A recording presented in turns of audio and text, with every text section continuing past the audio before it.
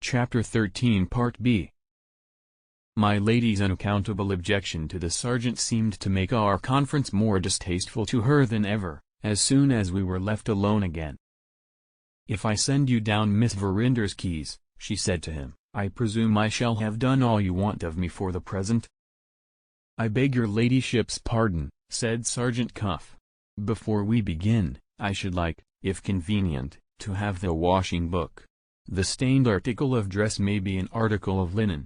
If the search leads to nothing, I want to be able to account next for all the linen in the house, and for all the linen sent to the wash. If there is an article missing, there will be at least a presumption that it has got the paint stain on it, and that it has been purposely made away with, yesterday or today, by the person owning it. Superintendent Seagrave," added the sergeant, turning to me, pointed the attention of the women servants to the smear, when they all crowded into the room on Thursday morning. "That may turn out, Mr. Betteridge, to have been one more of Superintendent Seagrave's many mistakes." My lady desired me to ring the bell, and order the washing book. She remained with us until it was produced, in case Sergeant Cuff had any further request to make of her after looking at it. The washing book was brought in by Rosanna Spearman. The girl had come down to breakfast that morning miserably pale and haggard, but sufficiently recovered from her illness of the previous day to do her usual work. Sergeant Cuff looked attentively at our second housemaid, at her face, when she came in, at her crooked shoulder, when she went out. "Have you anything more to say to me?" asked my lady, still as eager as ever to be out of the sergeant's society. The great Cuff opened the washing book, understood it perfectly in half a minute, and shut it up again. "I venture to trouble your ladyship with one last question," he said. "Has the young woman who brought us this book been in your employment as long as the other servants?" "Why do you ask?" said my lady. "The last time I saw her," answered the sergeant, "she was in prison for theft."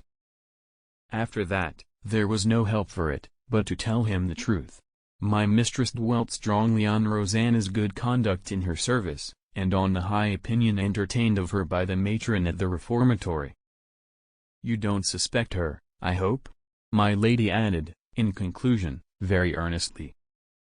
"I have already told your ladyship that I don't suspect any person in the house of thieving, up to the present time."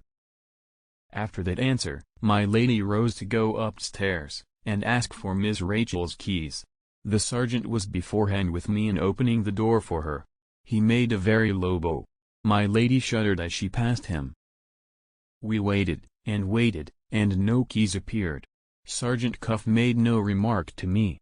He turned his melancholy face to the window, he put his lanky hands into his pockets, and he whistled, "The Last Rose of Summer," softly to himself. At last, Samuel came in, not with the keys, but with a morsel of paper for me.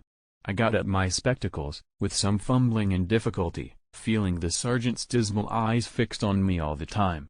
There were 2 or 3 lines on the paper, written in pencil by my lady. They informed me that Miss Rachel flatly refused to have her wardrobe examined. Asked for her reasons, she had burst out crying. Asked again, she had said, "I won't, because I won't. I must yield to force if you use it, but I will yield to nothing else." I understood my lady's disinclination to face Sergeant Cuff with such an answer from her daughter as that. If I had not been too old for the amiable weaknesses of youth, I believe I should have blushed at the notion of facing him myself. "Any news of Miss Verinder's keys?" asked the sergeant.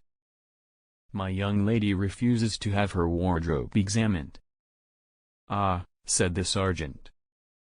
His voice was not quite in such a perfect state of discipline as his face. When he said "ah," he said it in the tone of a man who had heard something which he expected to hear. He half angered and half frightened me. Why, I couldn't tell, but he did it. "Must the search be given up?" I asked. "Yes," said the sergeant, "the search must be given up, because your young lady refuses to submit to it like the rest. We must examine all the wardrobes in the house or none. Send Mr. Abel White's portmanteau to London by the next train, and return the washing book, with my compliments and thanks, to the young woman who brought it in." He laid the washing book on the table, and taking out his penknife, began to trim his nails. "You don't seem to be much disappointed," I said. "No," said Sergeant Cuff, "I am not much disappointed." I tried to make him explain himself. "Why should Miss Rachel put an obstacle in your way?" I inquired. "Isn't it her interest to help you?" "Wait a little, Mr. Betteridge, wait a little." Cleverer heads than mine might have seen his drift. Or a person less fond of Miss Rachel than I was, might have seen his drift. My lady's horror of him might, as I have since thought, have meant that she saw his drift, as the scripture says, in a glass darkly. I didn't see it yet, that's all I know. "What's to be done next?" I asked. Sergeant Cuff finished the nail on which he was then at work, looked at it for a moment with a melancholy interest, and put up his penknife. "Come out into the garden," he said, "and let's have a look at the roses."